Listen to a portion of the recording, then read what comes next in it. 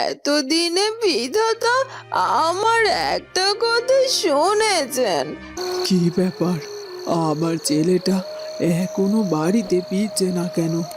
আমি তো ভেবেছিলাম ও হয়তো দরকারি কোনো কাজের খোঁজ করতে গিয়েছে। রাজকন্যা, রাজকন্যা, আপনি সাড়া দিচ্ছেন না কেন? কি হয়েছে কি আপনার? ব্যাপারটা কি? রাজকন্যা কোনো সাড়া দিচ্ছে না কেন? আমি তো দেখতে পেলাম সিংহটি তো রাজকন্যাকে আক্রমণ করার কোনো সুযোগই পায়নি। বৌদি, তোমার কি সমস্যা বলো দেখিনি? রাত বিরেত নিজেও ঘুমাবে না আর অন্যদেরকেও ঘুমোতে দেবে না, আর এভাবে চিৎকার করে বাড়ি মাথায় তুলছো কেন? দাঁড়ান মহারানী, দাঁড়ান। এত রাত করে আপনি প্রাসাদের বাইরে যাবেন না। শুনুন, দয়া করে আমার কথাটা একটু শুনুন না। কি গো ঠাকুরপো, তুমি কালী হাতে বাড়ি ফিরে এলে কেন? আমার চন্দন, আমার চন্দন কোথায়? কোথাও পেলে না আমার চন্দনকে? না না, তা বললে কি করে হয়? তুমি আমাদের রাজকন্যার প্রাণ বাঁচালে, এর বিনিময়ে একটা উপহার তো তোমার প্রাপ্য। তুমি সেটা চেয়ে না নিলেও আমরা তোমাকে সেটা দেবই দেব। তাই বলছি, তোমার কিছু পছন্দের থাকলে তুমি সেটা এখনই আমাদের কাছ থেকে চেয়ে নিতে পারো কিন্তু। এ কি? এদিকে রাজামশাই আর রানীমা তো একের পর এক কথা বলেই যাচ্ছে, কিছুতেই তো ছাড়ছেন না আমাকে। ওদিকে মা নিশ্চয়ই এতক্ষণ আমার জন্য চিন্তা করে করে মরছে। না না, এখন আমাকে বাড়ি ফিরে যেতেই হবে। বলছিলাম কি মহারাজ, মহারানী, আমায় আজকের মতো ছেড়ে দিন। আমি এখন বাড়ি ফিরে যেতে চাই। না মানে, আমার মা তো জানে না আমি এখানে এসেছি। তিনি নিশ্চয়ই আমার জন্য দুশ্চিন্তা করছেন। ও আচ্ছা, হ্যাঁ হ্যাঁ, পিতা মাতা তো সন্তানের জন্য চিন্তা করবেই। আমরা যেমন আমাদের রাজকন্যার জন্য চিন্তা করেছিলাম, ঠিক তোমার মাও হয়তো তোমার জন্য চিন্তা করছে। না না, তাহলে আজ আর তোমাকে এখানে আটকে রাখা যাবে না। তুমি তাহলে এবার এসো, কাল সকালে একবার রাজবাড়িতে এসো, তারপর না হয় তোমায় তোমার উপহারটা বুঝিয়ে দেব। ইয়ে মানে, আমি তো বললাম মহারাজ, রাজকন্যা প্রাণ বাঁচানোর বিনিময়ে আমি কোনো উপহার নিতে চাই না। আর প্রাণ বাঁচানোর বিনিময়ে উপহার নেওয়াটা অতি নিচু কাজের মধ্যে পড়ে বলেই আমার মনে হয়। বাহ, তুমি খুব ভারী জ্ঞান সম্পন্ন বালক দেখছি। এত অল্প বয়স, তবুও চিন্তাধারা কত উচ্চ। ঠিক আছে, উপহার নেয়ার জন্য না হয় না এলে এমনিতে আমাদের সঙ্গে একটু দেখা করতে এসো কিন্তু। ঠিক আছে মহারানী, সে আমি আসবো না হয়। এখন আমি চললাম, বাড়িতে ফিরতে অনেকটা দেরি হয়ে যাবে। মাকে যে কি জবাব দেব সেটাই ভাবছি। এই কথা বলতে বলতে চন্দন রাজদরবার থেকে বেরিয়ে যেতে থাকে।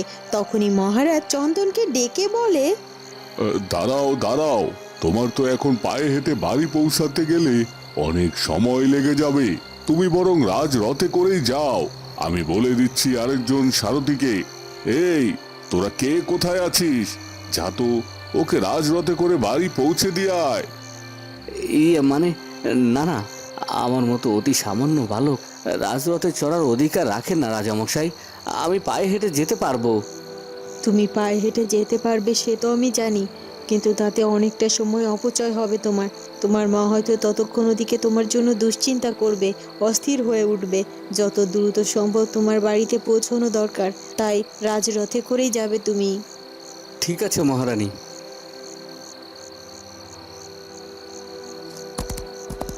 এরপর রাজামশাই রানীর হুকুমে রাজরথে করেই চন্দন বাড়ির পথে এগোতে থাকে।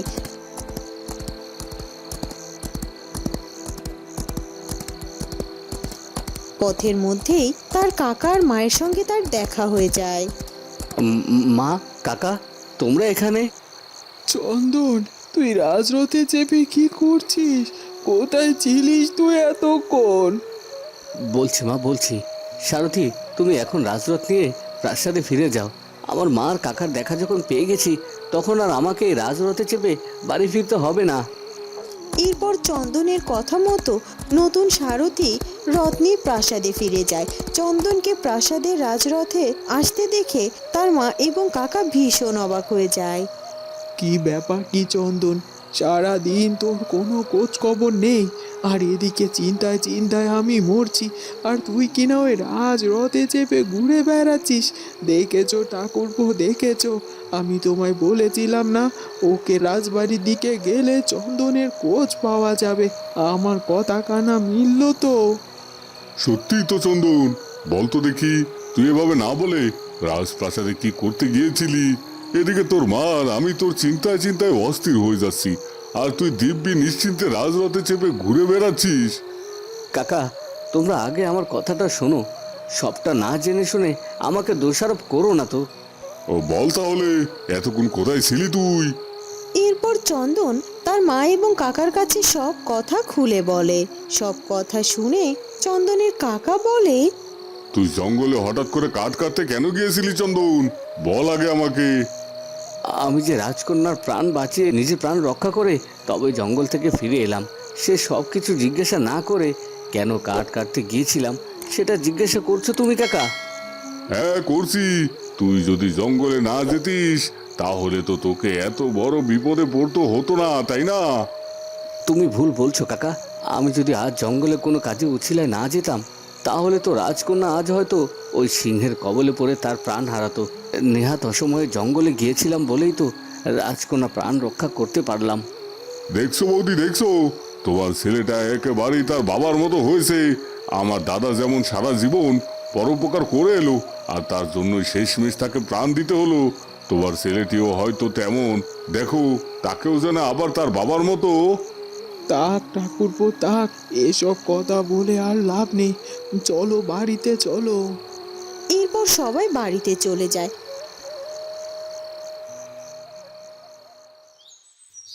সকাল হয়ে যায়। ওদিকে রাজকন্যার ঘুম ভেঙে গত রাতে সব ঘটনা মনে করার চেষ্টা করে। আমি আমার কক্ষে এলাম কি করে? কি হয়েছিল কাল রাতে আমার সঙ্গে? কে আমাকে রাজপ্রাসাদে আমার কক্ষে নিয়ে এলো? তাহলে কি পিতামশাই আমাকে রক্ষা করে রাজপ্রাসাদে নিয়ে এসেছে? কিন্তু সে খবর জানলো কি করে? নিশ্চয়ই কেউ কোনো খবর দিয়েছিল যে আমি জঙ্গলে মহাবিপদে পড়েছি, এক সিংহের কবলে পড়েছিলাম আমি। এই খবরটা তো কারো পাওয়ার কথা নয়, তবে কে আমাকে বাঁচালো?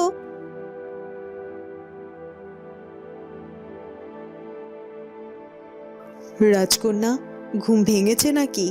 এই তো, হ্যাঁ হ্যাঁ, সত্যি আমার রাজকন্যার ঘুম ভেঙে গেছে দেখছি। ওঠো রাজকন্যা, ওঠো, হাত মুখ ধুয়ে পরিচ্ছন্ন হয়ে নাও। তারপর সকালের খাবার দাবার খেয়ে তোমায় ওষুধ খেতে হবে, নয়তো শরীরের দুর্বলতা কমবে না। এ কি, মাতা আমার সঙ্গে এভাবে স্বাভাবিক আচরণ করছে কেন? কি হয়েছিল আমার সঙ্গে কাল রাতে? আমি তো কাল মাতার সঙ্গে রাগ করে ভ্রমণে বেরিয়ে গিয়েছিলাম, তারপর মাতার আমার সঙ্গে এভাবে কথা বলা তো স্বাভাবিক নয়। মাতা, কাল আমার সঙ্গে কি হয়েছিল খুলে বলবেন আমাকে? আমি তো রাজ্য ভ্রমণে বেরিয়েছিলাম, তবে আমি প্রাসাদে ফিরে এলাম কখন, আর কেই বা আমাকে প্রাসাদে ফিরিয়ে দিয়ে গেল? সে অনেক ঘটনা, তোমায় সব ধীরে সুস্থে বলবো। আগে খাবার খেয়ে ওষুধ খেয়ে নিতে হবে তোমায়। না না মাতা, সব না জানা অবধি আমার মনের মধ্যে অস্থিরতা দূর হবে না, তাই আগে আমাকে সবটা খুলে বলুন। এ কথা বলেই রাজকন্যা বিছানা ছেড়ে উঠে দাঁড়ায়। তখনই হঠাৎ করে তার মাথাটা ঘুরে ওঠে। সে মৃদু স্বরে মাথা চেপে ধরে চিৎকার দিয়ে ওঠে, আহ! দেখেছো, দেখেছো রাজকন্যা, তোমার শরীরটা এখনো কত দুর্বল, আর তুমি জেদ করছো আগে আমার কাছ থেকে সবকিছু শোনার জন্য। না না না, আগে তোমার বিশ্রাম এবং ওষুধ খাওয়ার প্রয়োজন। সবকিছু সেরে যাওয়ার পর আমি সবটা তোমায় খুলে বলবো। আগে আমি যেটা বলছি সেটা করো। তোমার রাগের কারণেই কিন্তু কাল তোমার অত বড় বিপদ ঘটতে যাচ্ছিল, এই কথাটা তুমি ভুলে যেও না। তাই এখন নিজের জেদটাকে সংবরণ করো, গুরুজনের কথা শোনার চেষ্টা করো। এসব আমি কি শুনছি কি? রাখাল বালকটিকে নাকি রাজকন্যার প্রাণ রক্ষক হিসেবে রেখে দিতে চাইছেন গো মহারাজ।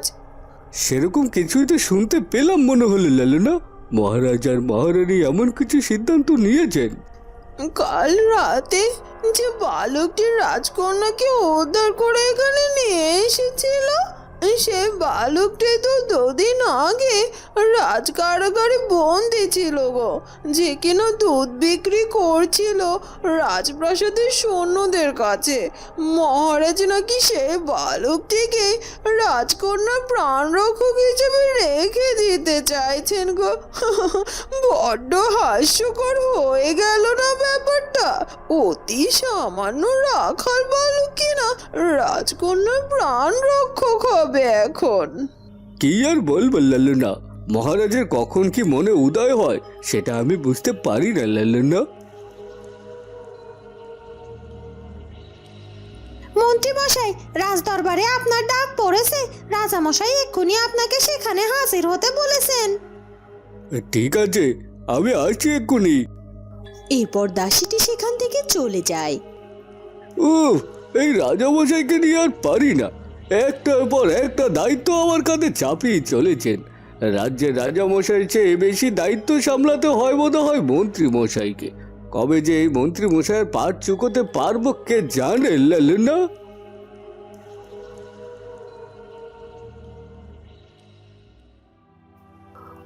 আচ্ছা বাবা ঝন্টু, সত্যি করে একটা কথা বলতো, তুই কি ওই পাঠশালা মেয়েটা মানে চুমকিকে মনে মনে পছন্দ করিস? কেন বাবা, হঠাৎ করে প্রশ্ন কেন করছো? আমি তো তোমার কাল কথাই দিয়েছি, আমি আর কখনো চুমকির সঙ্গে লুকিয়ে লুকিয়ে দেখা করতে যাব না, যাতে করে তোমার মানহানি হয়।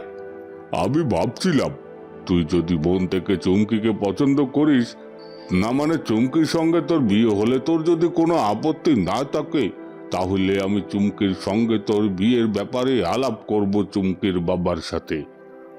কি বলছো কি বাবা? তুমি আমার আর চুমকির বিয়ের ব্যাপারে কথা বলবে? আমার তো বিশ্বাসই হচ্ছে না।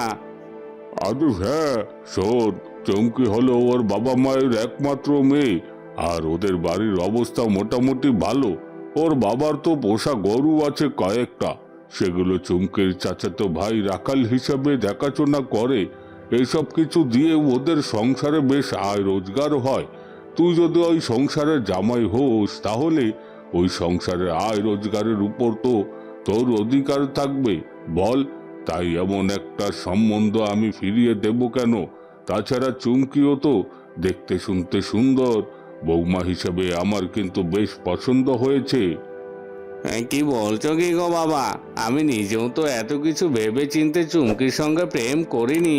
তুমি তো দেখছি একেবারে অঙ্কের মতো শখ কষে রেখেছো। এই না হলে গুরু মচাই। আর নিজে পাঠশালার গুরু মশাই হয়ে নিজের ছেলের বিয়ে ছকটা যদি ভালো করে না কষতে পারি, তাহলে আর কি করলাম বল? বেশ ঠিক আছে, আমি কিন্তু তাহলে চুমকির সঙ্গেই তোর বিয়ের ব্যাপারে কথা বলবো। ঠিক আছে বাবা, আমিও তোমার এই সিদ্ধান্তে খুশি, কারণ আমি সত্যিই মন থেকে চুমকিকে পছন্দ করি।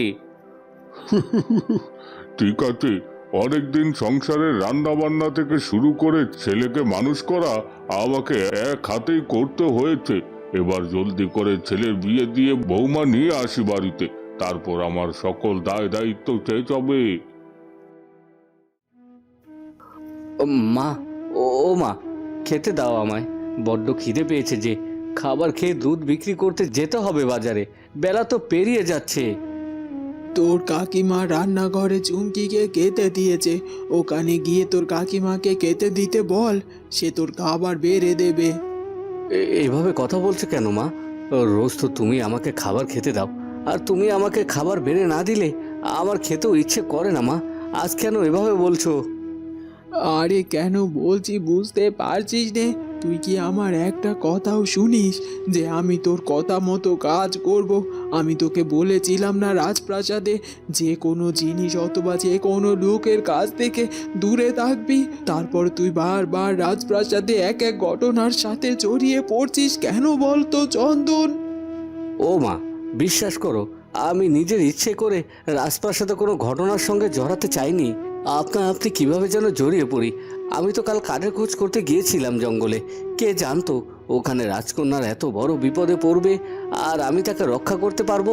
এই সব কিছু তো কাকতালীয়ভাবে ঘটে গেছে মা, এখানে আমার কোনো হাত নেই। এখন তুমি বলো, আমার সামনে কাউকে বিপদে পড়ে থাকতে দেখলে আমি তাকে রক্ষা করব না? রাজকন্যাকে বিপদ থেকে রক্ষা করেছিস, ভালো করেছিস, কিন্তু তোকে কেন রাজপ্রাসাদে যেতে হলো? আমি তো তোমায় বললাম মা, কেন যেতে হয়েছিল। রাজকন্যা অচেতন অবস্থায় পড়েছিল, তাকে রাজবাড়িতে পৌঁছে না দিলে সে কি করে পৌঁছাতো বলো? হয়েছে, এক কথার বৃষ্টি আরেকটা কথা তো সাজানোই রয়েছে। যাকগে, এরপর আর কোনোভাবেই তুই রাজবাড়ির কোনো ঘটনার সঙ্গে কিন্তু জড়াবি না, এই বলে দিলাম আমি। আমি জানি না তুমি কেন রাজবাড়ির সবাইকে দেখে গুটিয়ে থাকতে চাও, তবে তুমি যখন বলেছো আমি সে সব কিছু এড়িয়ে চলার চেষ্টা করব। এখন আমায় খেতে দাও তো দেখি, বড্ড খিদে পেয়েছে।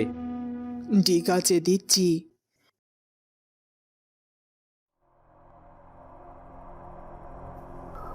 কাল তো সারথিকে ওই সিংহটি আঘাত করার পর আমার দিকে তেড়ে আসছিল আমাকে আক্রমণ করবে বলে। সিংহটি আমার অনেক কাছেও চলে এসেছিল, কিন্তু কোথায়, আমার শরীরে তো একটা ফুলের টোকাও লাগেনি, আমি তো কোনো আচরের চিহ্নও দেখতে পাচ্ছি না। তবে কে আমায় রক্ষা করলো? সারথির পক্ষে তো আমায় রক্ষা করা সম্ভব ছিল না ওই মুহূর্তে। মাতা আমাকে সবটা বলবে বলে কেন এখনো বলছে না? মাতা, মাতা! আসছি রাজকন্যা, আসছি, দাঁড়াও, এত উত্তেজিত হও না। তোমার শরীর ভালো নেই, এ কথা মাথায় রেখো। আমি ঠিক আছি। এবার আগে আমায় বলুন তো, কি হয়েছিল কাল আমার সঙ্গে? কে আমায় বাঁচিয়ে এখানে নিয়ে এসেছে? তুমি সেদিন যে রাখাল বালককে বিনা দোষে দুদিন কারাগারে বন্দি করে রেখেছিলে, সেই রাখাল বালক তোমার প্রাণ বাঁচিয়েছে রাজকন্যা চন্দ্রমুখী। কি? ওই রাখাল বালক আমার প্রাণ বাঁচিয়েছে? না না না, এটা আমি বিশ্বাস করি না। এটা কি করে হতে পারে? ওই রাখাল বালক তো তখন ওখানে ছিলই না। তুমি বিশ্বাস না করলেও এটাই সত্যি। কাল ঠিক সময়ে ওই রাখাল বালক যদি ওই জায়গায় না আসতো, তবে তোমার দেখায় হয়তো এতক্ষণে আমরাও পেতাম না, আর তুমি এই রাজপ্রাসাদে হয়তো আর কখনো ফিরেও আসতে পারতে না। আমি আপনার কথা কিছুই বুঝতে পারছি না মাতা। আমার শুরু থেকে সবটা খুলে বলুন। এরপর রানীমা রাজকন্যাকে সব কথা খুলে বলে। শুনলে তো রাজকন্যা, কি হয়েছিল কাল তোমার সঙ্গে? তোমার কোনো কিছু মনে না থাকাটাই স্বাভাবিক, কারণ কাল তুমি হিংস্র সিংহটিকে দেখে অচেতন হয়ে পড়েছিলে, ভয়ে নিজের জ্ঞান হারিয়ে ফেলেছিলে। সে অবস্থায় রাখাল বালক তোমার প্রাণ বাঁচিয়ে তোমাকে প্রাসাদে ফিরে দিয়ে গেছে। বন্ধুরা, কি হতে চলেছে এরপর সেটা জানবো আমরা চন্দ্রমুখী গল্পের পরবর্তী পর্বে। আর আমাদের আজকের পর্বটি ভালো লাগলেই অবশ্যই আমাদের চ্যানেলটিকে সাবস্ক্রাইব করে দিও। দেখা হবে পরের পর্বে। ধন্যবাদ।